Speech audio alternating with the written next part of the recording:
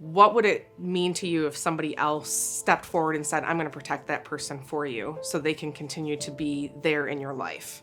That's, it's easy to think about your spouse, your children, but I want you to think about there's community members that don't have the loved ones right there at their dispense to step in and do for them. So if we can help them, we're making families stronger and better, and that's important.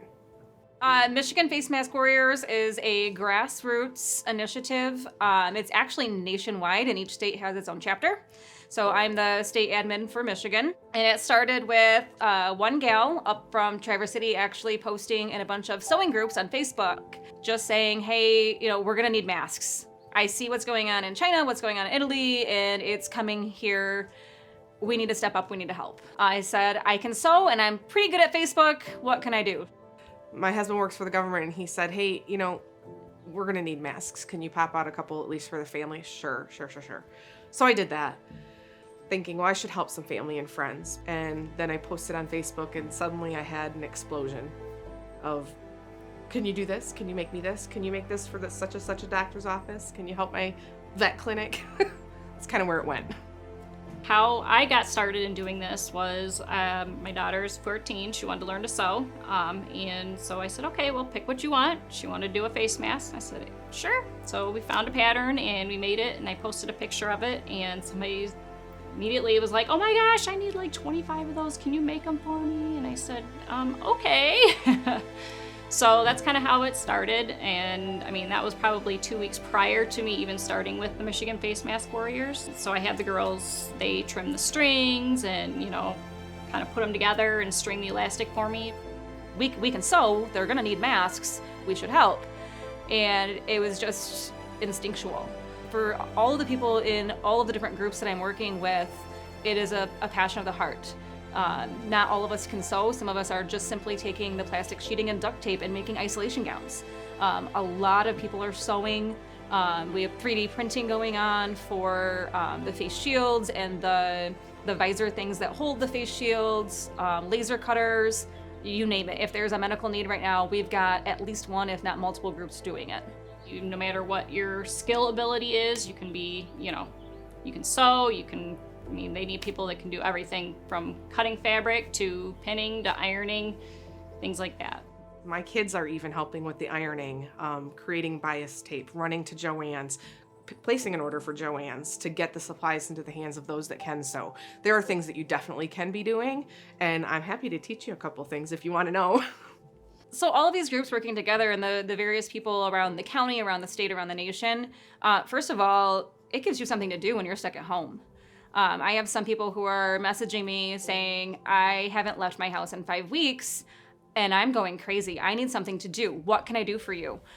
So it's just, it fights that cabin fever. I can't even express how joyful my heart is knowing that all of these people across the whole, the county, the state, the nation are reaching out. We are all helping everybody, and it's just this whole world. We are not just our little, town of our town of Jackson.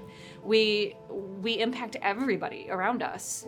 All of our actions will impact somebody else somewhere down the line. Just seeing everybody come together as a community, because I know prior to everything happening that a lot of times it didn't really seem like everybody kind of would come together, but it's nice to know that people do come together in the time of need. It's been kind of fun. I usually leave my door open when I'm sewing because I have a direct line from my dining room table, and they'll come to get the masks and they wave, and I'm like, oh, it's people, hi.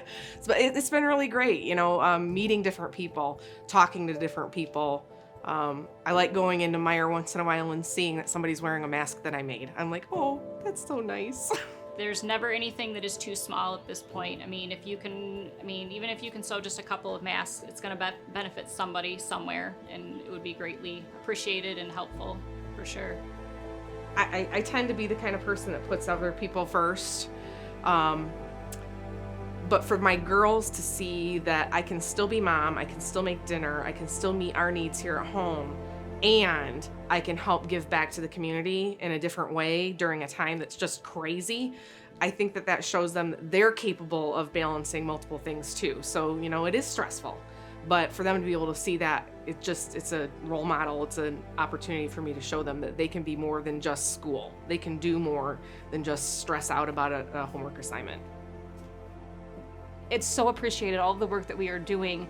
They know that we appreciate them on the front lines, and you know that we're trying to keep them safe. And it's just the gratitude of every single person who I've given a mask to, whether it's a hospital, whether it is people working at the post office, whether it is, you know, just the guy a couple of doors down. Every single person has just been so grateful for everything that people are doing to keep everybody safe. If you can even help just one person, then you're doing something to pay it forward in your community. And really, ultimately, it comes down to your community. We can't help the whole world. I can't save everybody in California, but I can save people right here in Spring Arbor and in Jackson. And I can make them safe so that they can continue on to care for the people they love. And it just grows from there.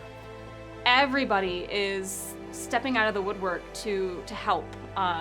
We all know that there's a shortage of PPE. And people are stepping up and saying, you know, I can sew, what do you need? I can donate materials. I can't sew, but how can I help? I can transport stuff for you. I can simply wash things and help with that process. I have people who are just ironing so that people who can sew can do it at a much faster rate. I cannot even begin to tell you. I've had multiple bottles of wine left, dozens of cookies left, some chocolate, which is awesome, just to keep me going. And the notes will say things like, thanks for working so hard. Here's some energy to keep you going. And it's just really nice to be able to give back and have them know that for that moment in time, I was thinking about them.